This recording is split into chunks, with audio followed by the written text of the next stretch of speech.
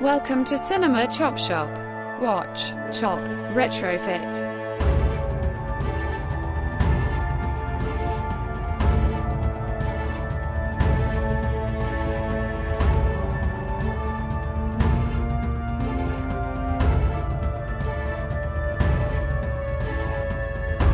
All right, welcome to Cinema Chop Shop. We are back from hiatus, yes?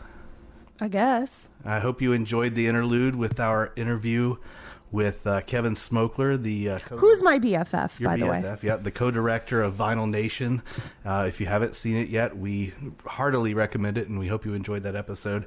But we're back, and we're back in the shop. We've gotten the cobwebs literally off the floor and out of the way, and we're back at it. So welcome, and thank you for joining us and being with us. I'm your co-host, the Brewboss, Shawn, and Wow. I'm joined here with my co-host, Chelsea. AKA the Regulator. Fuck you. Well, I didn't know if you wanted to be the Regulator anymore because you're now... Well, that's what my Twitter handle says, and I don't want my BFF to lose me. Okay, gotcha. And then we're very, very pleased to be joined with one of the mainstay staples of Cinema Chop Shop, Joey Poole. Thank you.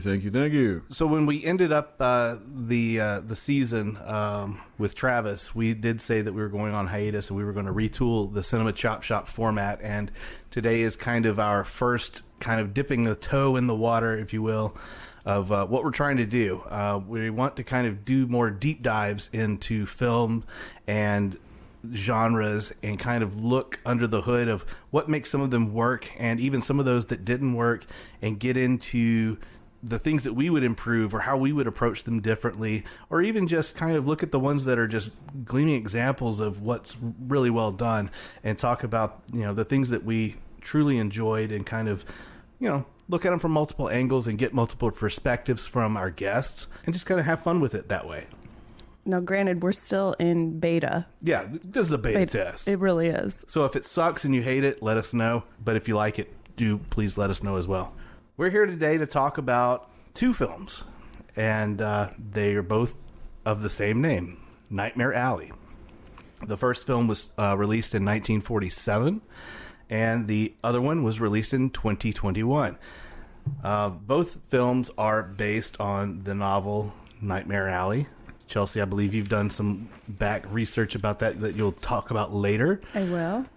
But in short, it's set in 1940s New York. Down on his luck character named Stanton Carlisle. He kind of joins up with the carnival, and differently in both films, which we'll get into, but he ultimately endears himself to a clairvoyant and her husband, who's his kind of her assistant, and kind of wedges his way into learning the craft of their trade and their methods, and very soon kind of takes those things that he learned and takes the show on the road and just kind of climbs the ladder of the social elite and bites off more than he can chew. The original was released in 1947, as I said earlier, directed by Edmund Goulding.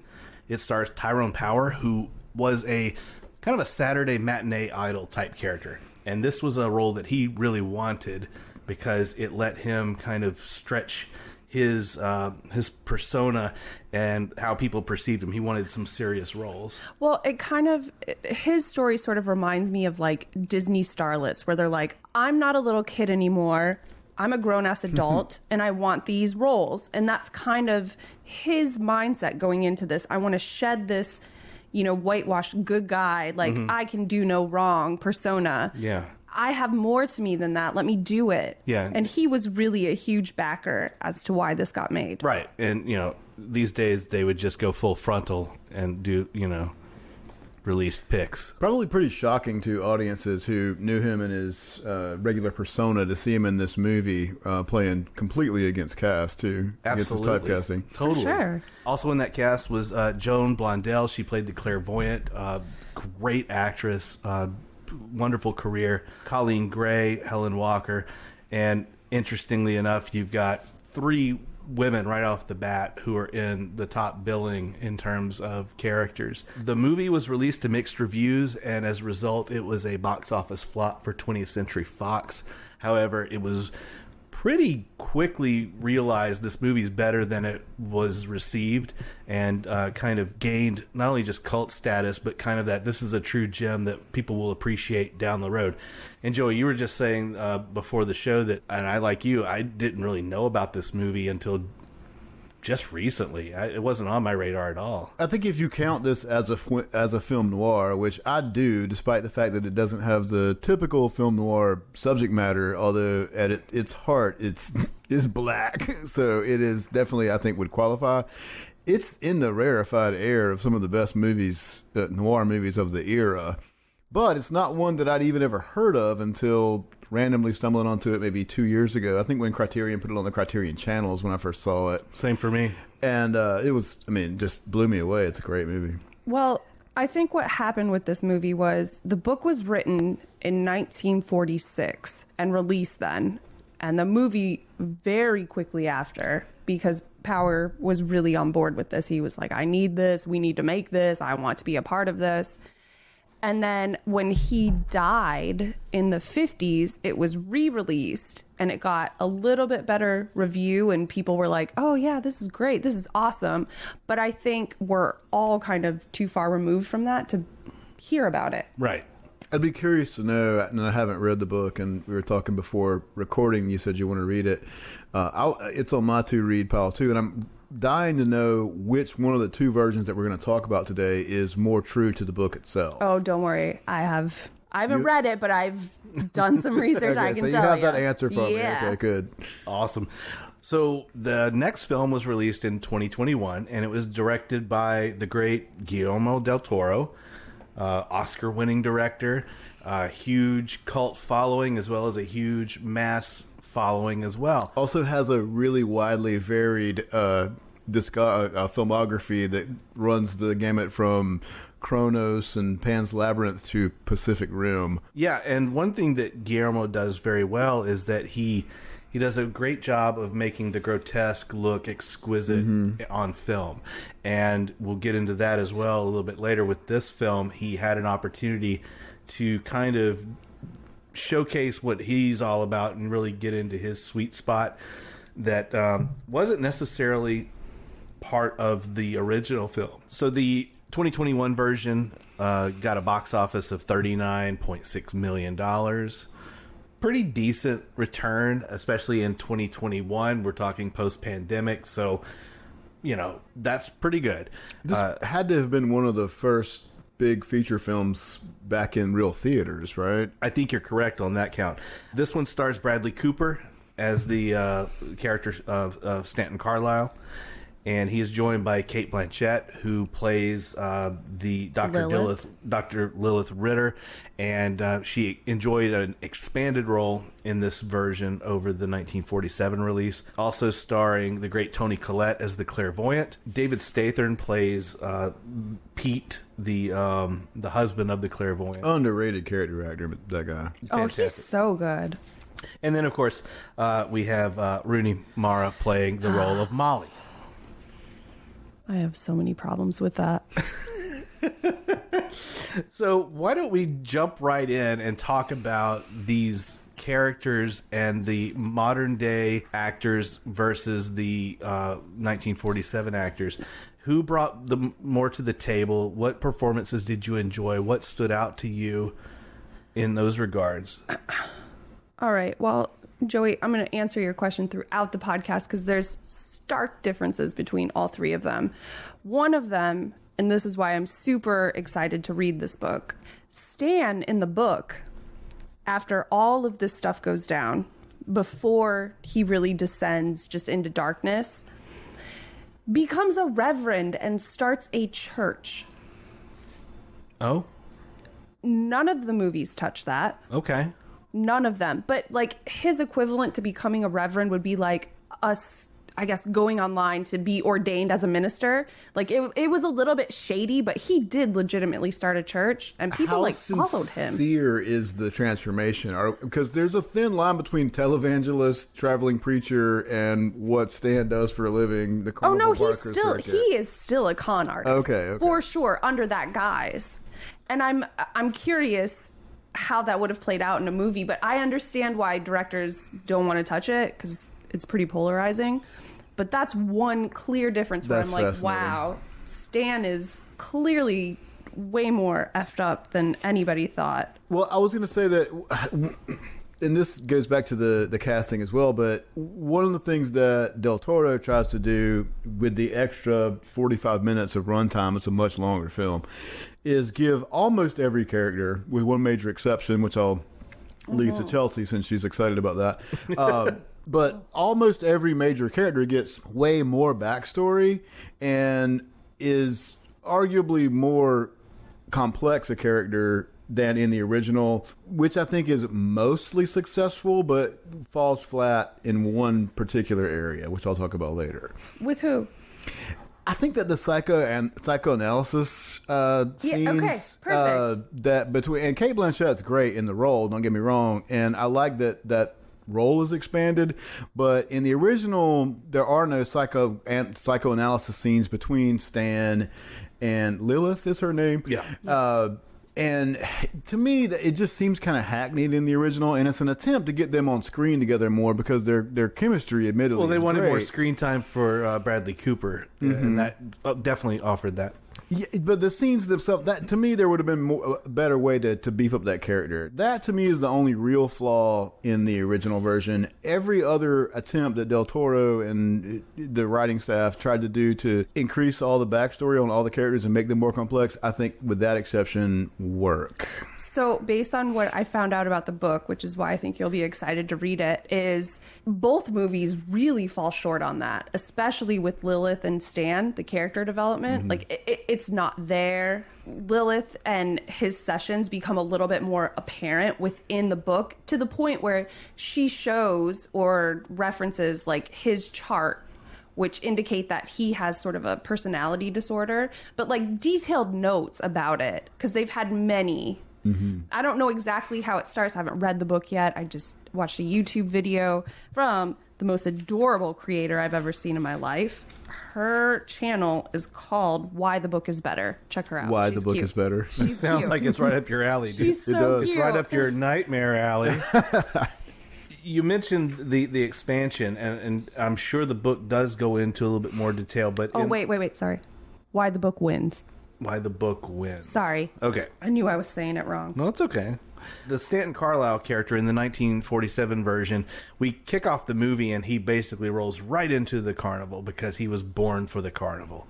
That's exactly what his role in life is. And for a snappy film, especially a film noir where you kind of have these glossed over character sketches, it works.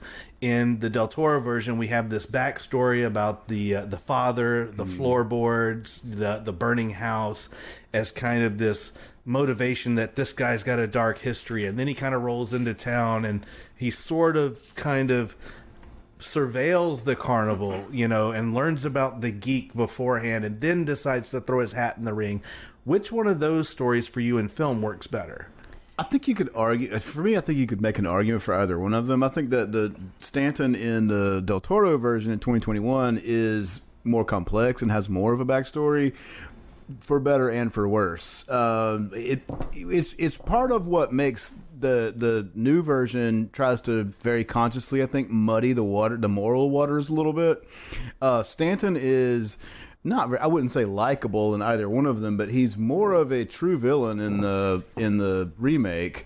And the most interesting change to me, though, wasn't with him. It was with the character with Pete, because in the original, Pete is very prickly. He's jealous. He kind of sniffs out Stan, aiming at his woman the entire time. He doesn't want to give him the secret to the code. He's very secretive about the code. In the second, in the remake, he's more of a father figure almost. You nailed it. Which Absolutely. is weird because Stanton has killed his actual father, which makes it even more morally ambiguous when Stanton may or may not have intentionally given him the hot shot with the bottle of whiskey that was the fire starter whiskey instead of real whiskey. Okay, I think you've touched on a couple of things here. So in the book and the 2021 remake, they allude to Stan's mom has sort of left. But in the movie, that's not made entirely clear.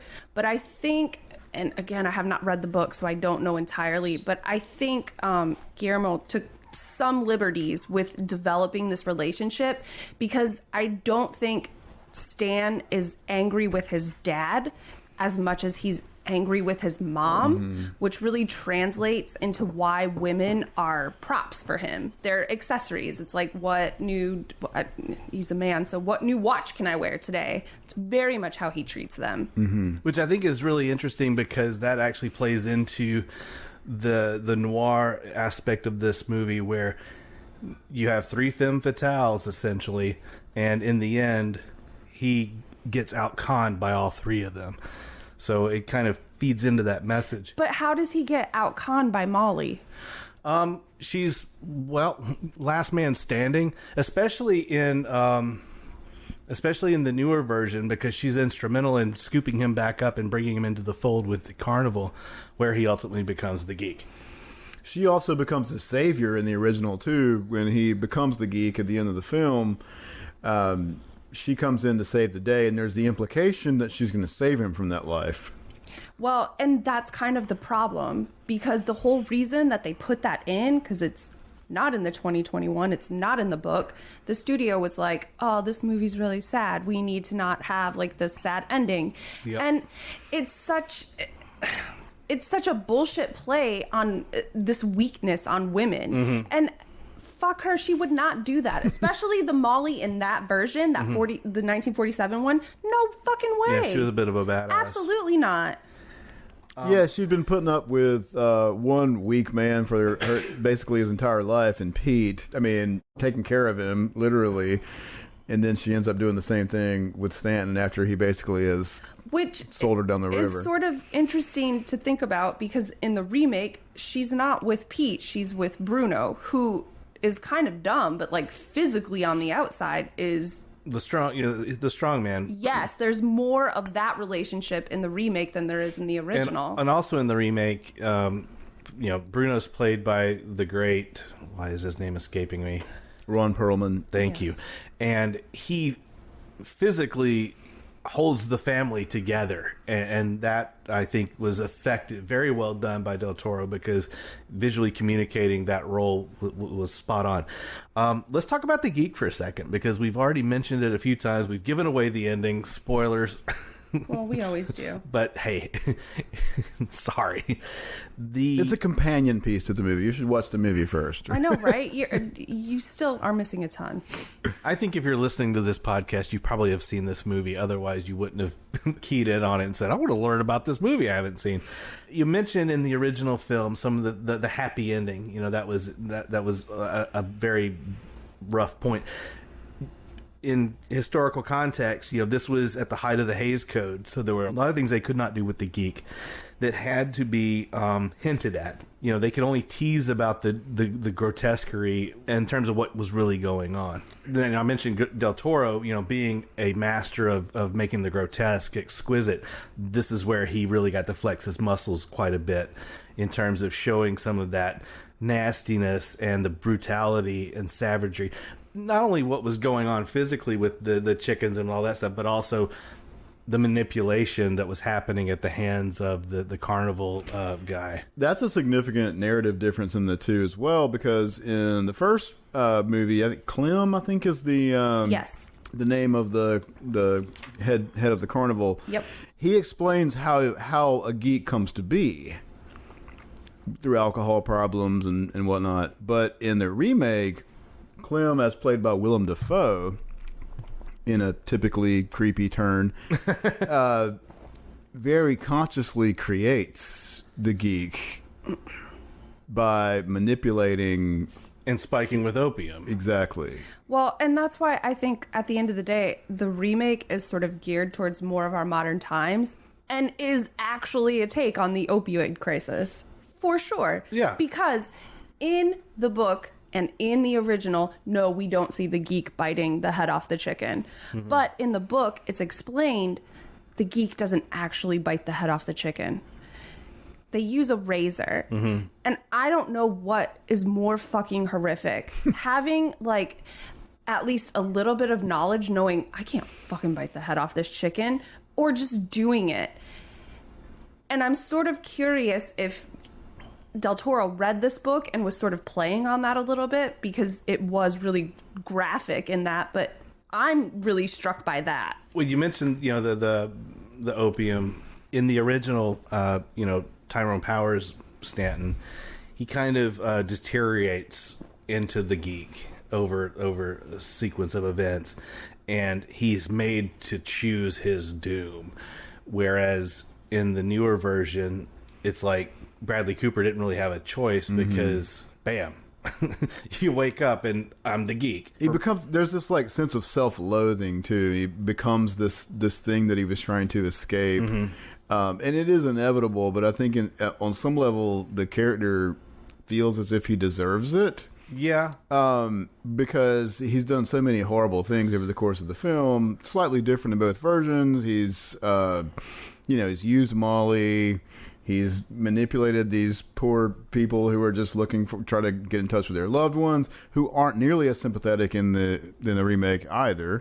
He's, you know, everything that he's done with Molly, and then the Pete thing too, which is to me a huge sin, because especially in the remake, Pete didn't deserve that. You could argue that the Pete character in the original sort of deserved his fate, and Stanton just happened to be the one to hand it to him. But in the newer movie, with the exception of Molly, Pete is probably the only truly sympathetic character. I mean, he's a fuck up, he's a drunk, sure, but like, he's one of the purest souls in a movie that doesn't have many pure souls.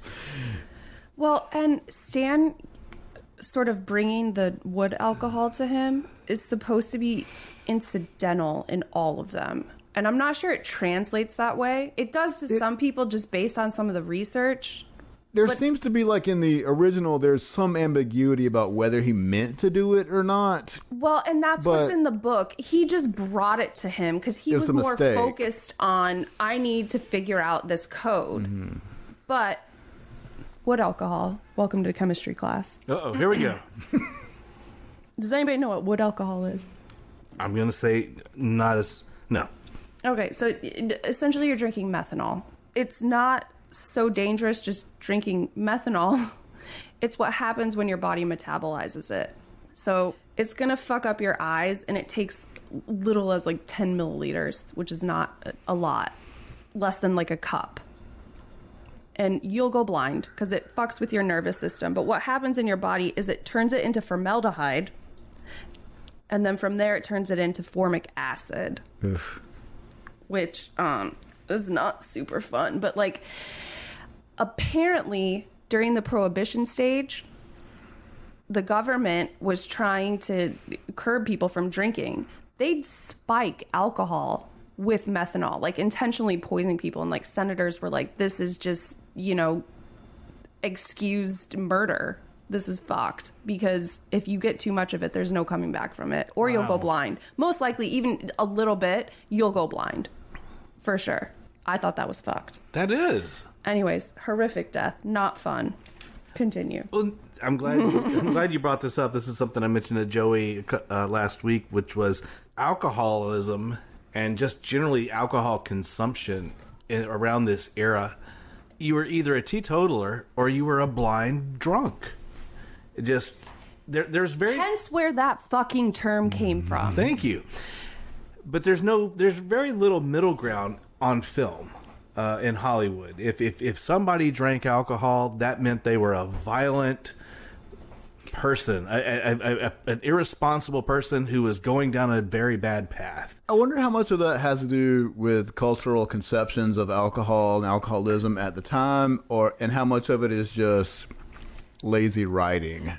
You know what I mean? Given this character's, had this motivation as alcohol. So the author of the book, he was not a carny.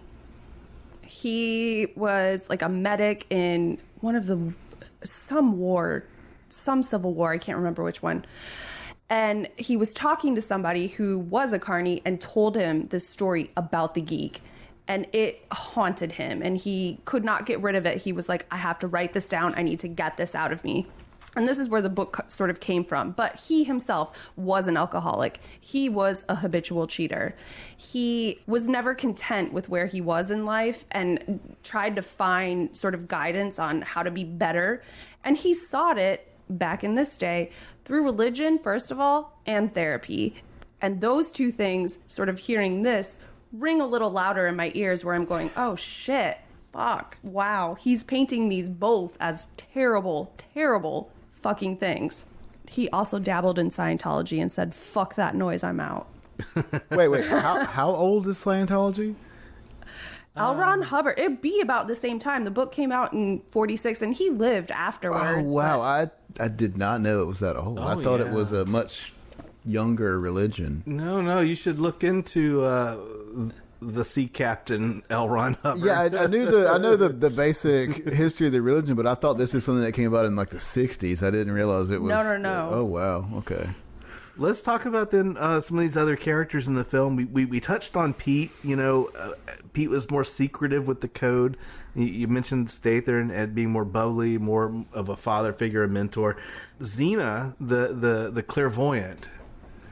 I think that the original was probably more serious about the tarot, about the mysticism behind it, and so much so. And I don't know if Chelsea, in the review that you heard on YouTube, the chapters in the book are laid out in the major arcana, so everything in the book is relevant to the tarot as well. So there's a certain tether from the 47 film in the book, whereas I don't know if that plays as much in the new version. So she didn't touch on it a ton, but she did describe the Xena's character just in general being a little bit more developed and better, and the way they treated all of that better in the 47 version. However, she loved Toni Collette as this character, but I mean, how can you be mad at Toni Collette? 'Cause she can do no wrong. But I think she was sort of cheated in the remake. I think they could have explored that a lot more.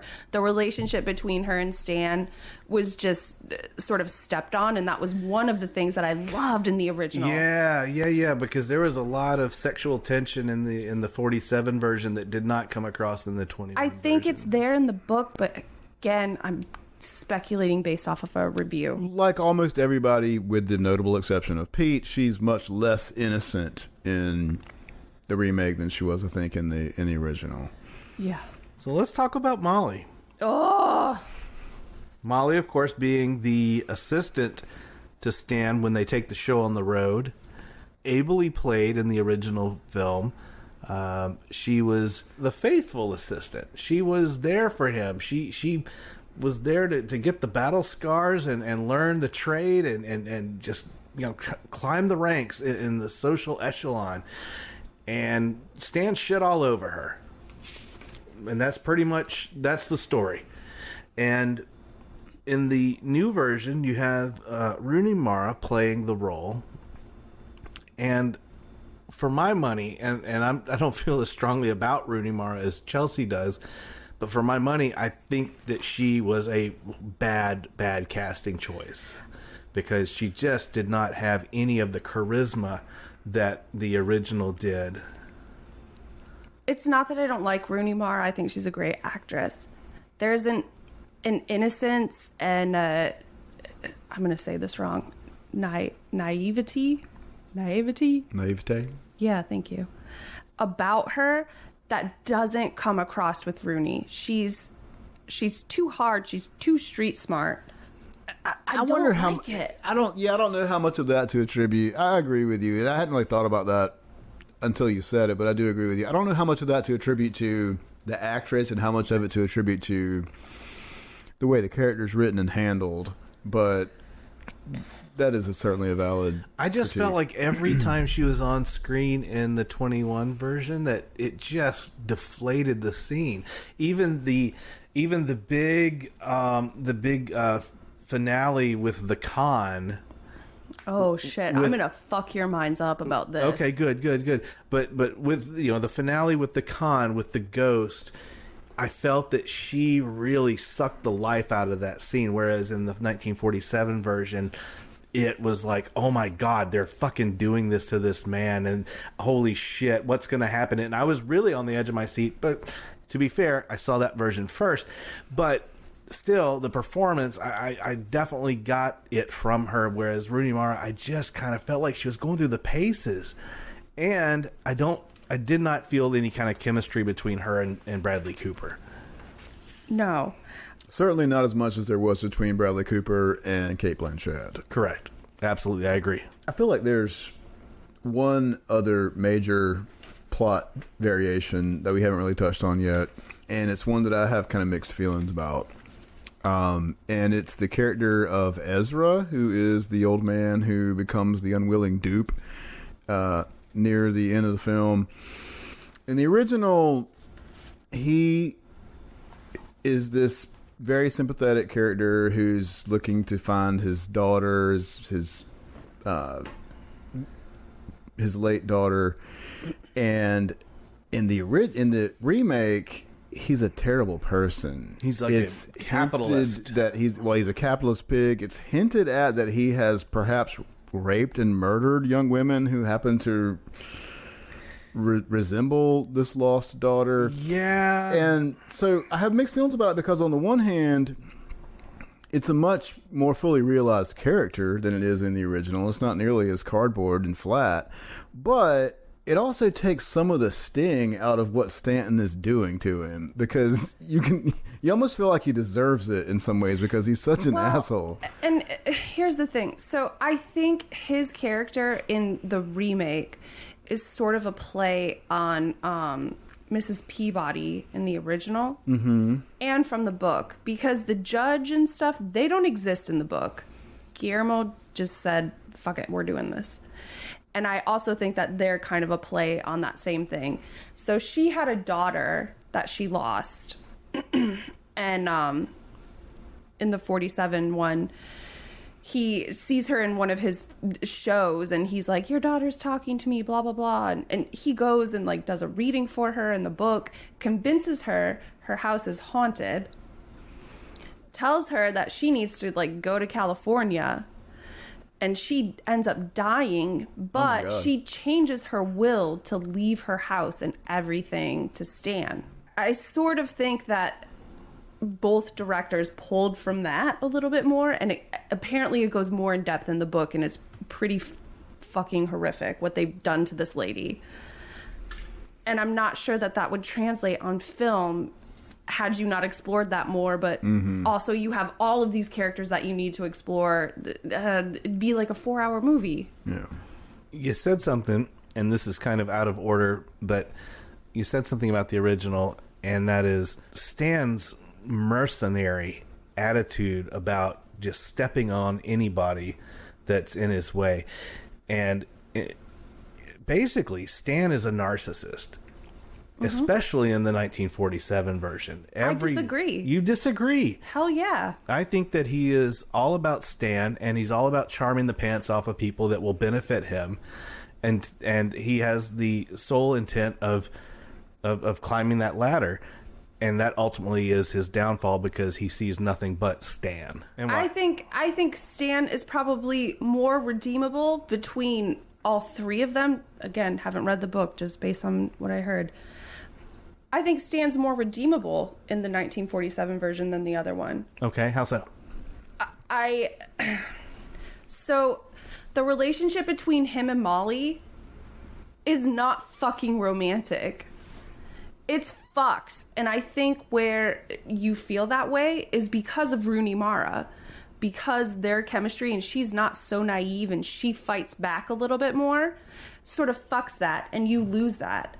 And think of the character, not the actress, but the character from Miss Congeniality when she's asked, what's your ideal date? And she goes, April 6th or April 7th. Right. Okay, think of that girl, that person, playing that character. And then replay Bradley Cooper in your mind, and you're going, oh, fuck. So you're saying that Bradley Cooper is more of the narcissist? Well, not Bradley Cooper himself, but his... No, his character in that one, for sure is. Okay. For sure. They made him too nice in the 47 one. Okay. Because that's the only version where him and Molly get married. Nowhere else do they get married. Oh, that's right. Nowhere Good else point. do they get married. But Rooney Mara being so... She has resting bitch face. I'm sorry. She just does. Being that type of person and sort of fighting back that soon on, and they're not married, sort of speaks volumes when you put it into the context of that time. Even separated now to 2022, wherever we are. Yeah, he's... So, just to be clear, your idea here is that in the remake, the Stanton character, Bradley Cooper's character, is less redeemable than the original. Yes. I think I agree with you, with one exception. What he does with Rooney Mara's character, with Molly, is reprehensible.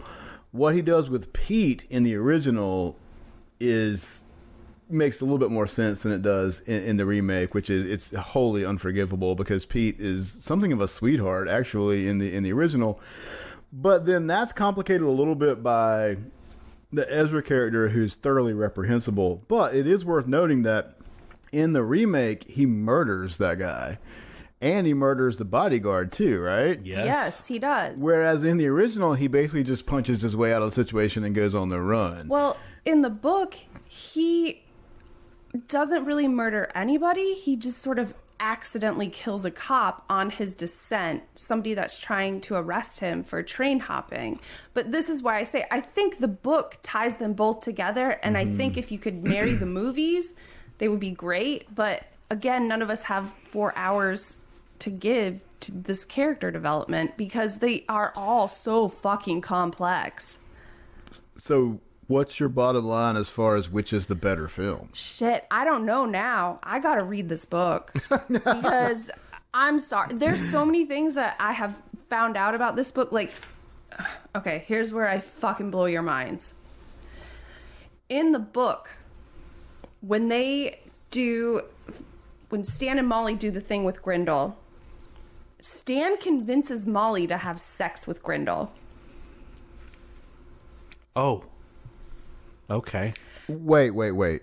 As Molly or as the Lost? I don't know. It seems like it's after they're found out, after he kind of grabs her waist, and that fucking is haunting me right now. I have to know what the shit has happened. Wow, that's dark as shit. that changes everything. That's a twist. And why nobody played on this is fucking beyond me. It makes sense they wouldn't have played on it in the 1947 version. Well, of course, but yeah, in a 2021 version that's not afraid of being salacious. That I'm seems like that is didn't make right it in for the there. picking with a Del Toro sensibility. I as know. well. Yeah. I mean, that's some Pan's Labyrinth kind of feeling. But I shit, feel like you know? he focused on Lilith, Cate Blanchett, more than he did Molly, because he really brushed her under the rug. But fucking knowing that shit, this whole movie, all of this changes for me. Like, that's dark. That's fucking dark. Well, Joey raises the question about which movie do I like better. You know, he asked you, and that's ultimately what we're trying to achieve here.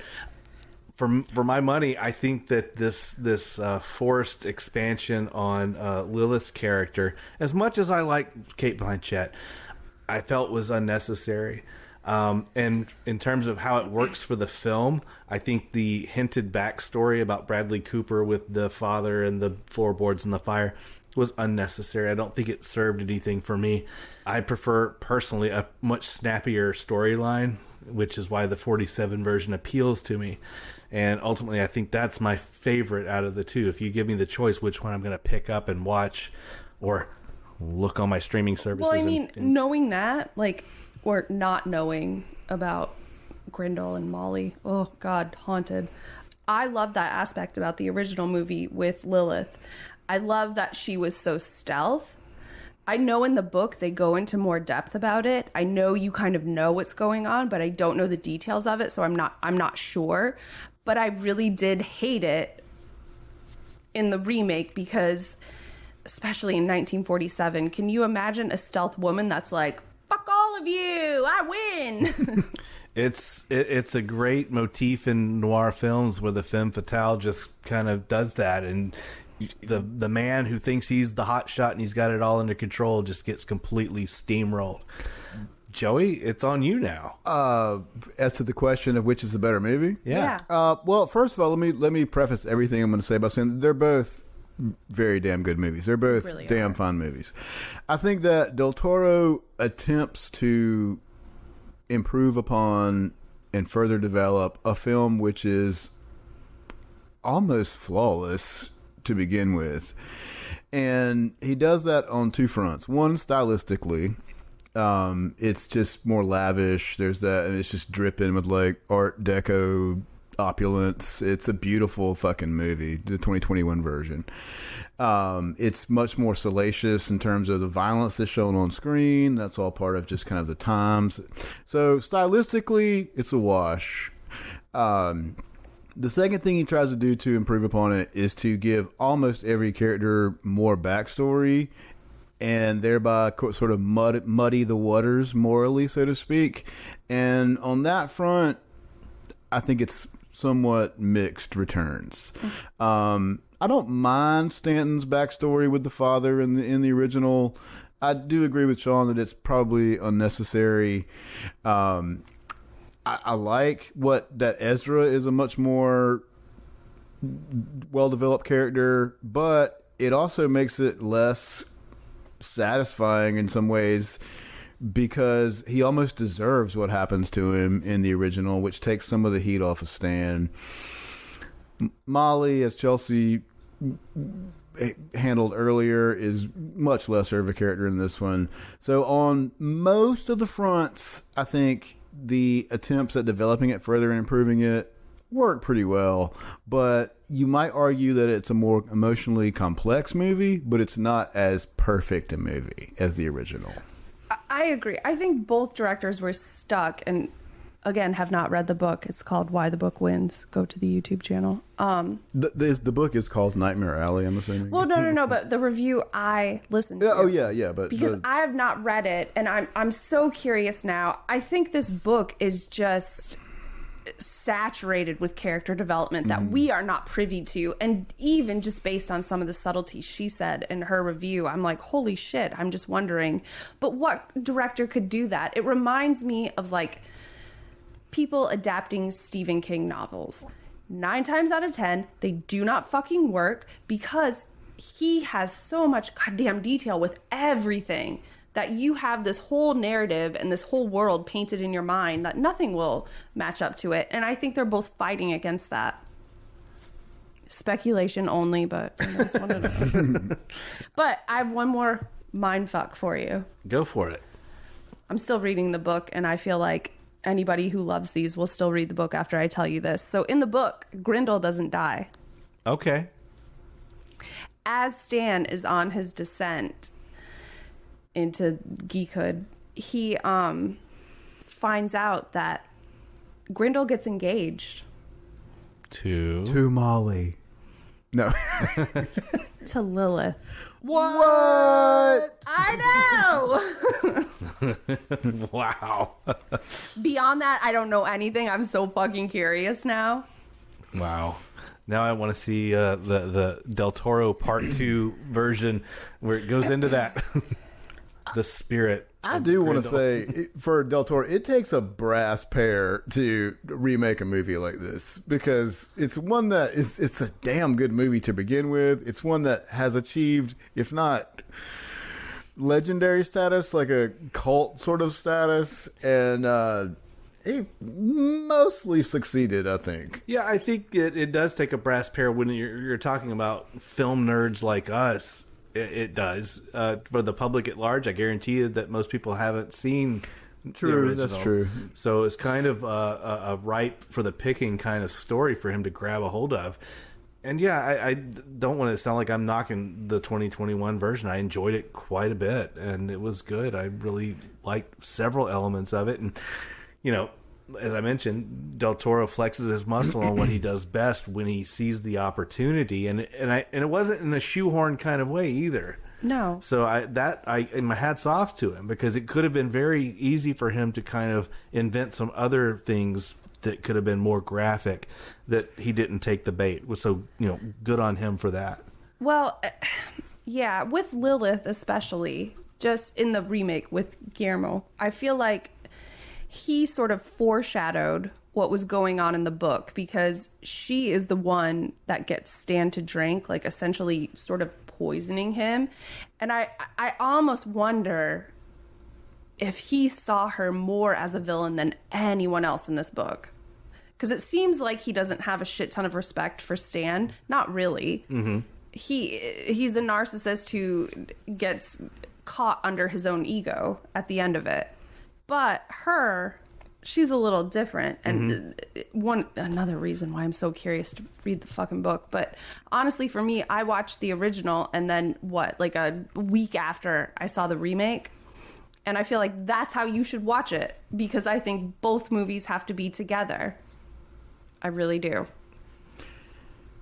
One last thing. I think we're all pretty familiar with Del Toro's filmography, and he's one of my favorite directors. You know, Kronos, The Devil's Backbone, Pan's Labyrinth. Those are among my favorite movies. I don't know a whole lot about. God, my mind just went totally blank. The director of the original's name is Edmund Goulding. I look back over his filmography, and I think the only other film of his that I've seen was The Grand Hotel. Yeah, which didn't make a huge imprint on me, honestly. Mm-hmm. But I was curious if y'all had seen the rest of his movies. Grand Hotel got an Oscar, yes? I don't know. It's early. It's like 1934. Yeah, maybe 32. Yeah. I haven't seen anything by him, but also, like, I sort of take some fault or blame off of him because he's sort of a product of his time, and the studio's like, you can't show this shit, because there's other shit in the book that gets way more graphic, especially with Grendel. FYI, I won't tell you.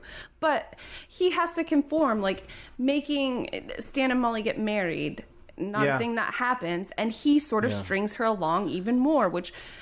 Well, that speaks to the whole Hays Code thing, you know, as well as that, you know, what I said earlier about alcoholism.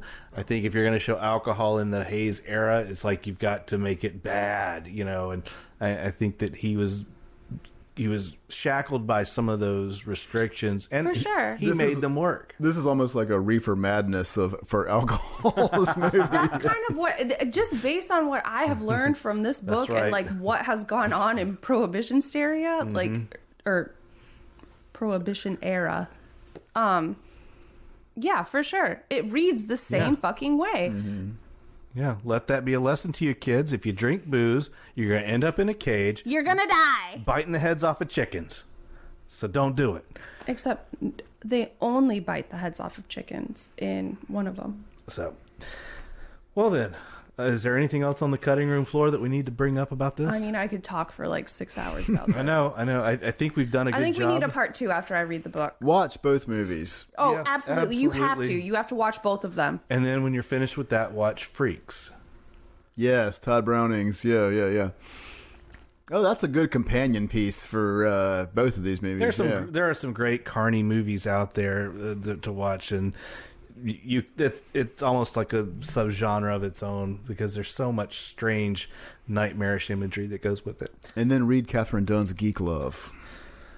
Well then, okay. I surprisingly enough, we've filled almost an entire hour with this chit chat. Joey, thank you again for being on the show. I thoroughly enjoyed it, as I always do. Please tell us. Talking about movies. Do you have anything that you want to plug? Buy my book. Which one? That one is called... Oh, there's 2 out there now. I co-edited an anthology of cryptid stories available from Malarkey Books called It Came from the Swamp. And I have a collection of my own short stories called I Have Always Been Here Before, available from Cowboy Jamboree Press. There we go. Chelsea, anything you want to plug? Just myself. I'm awesome. Thanks. We can vouch for that. So yeah, this is the podcast, Cinema Chop Shop. If you want to catch us online on any of the social medias, you can pretty much just do Cinema Chop Shop, and you'll find us. Same thing goes for email, cinemachopshop@gmail.com. And then if you want to watch an audio version of this, it might be on YouTube at Cinema Chop Shop Podcast.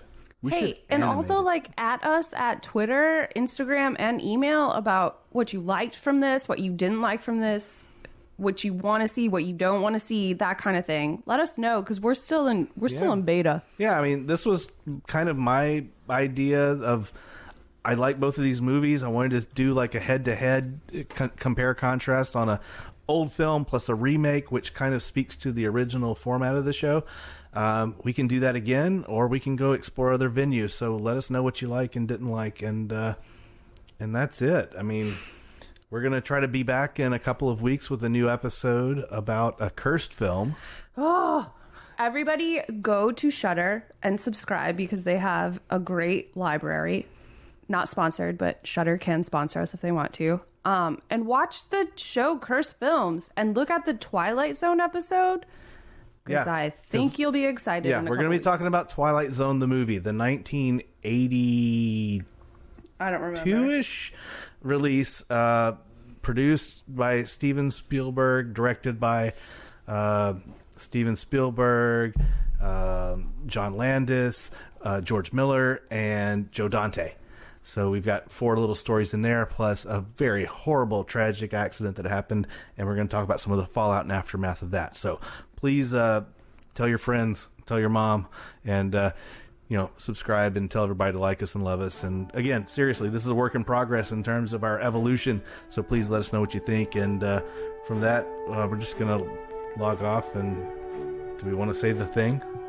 I think you have to say the All right, well then, please remember to watch, chop, retrofit, and don't become a geek.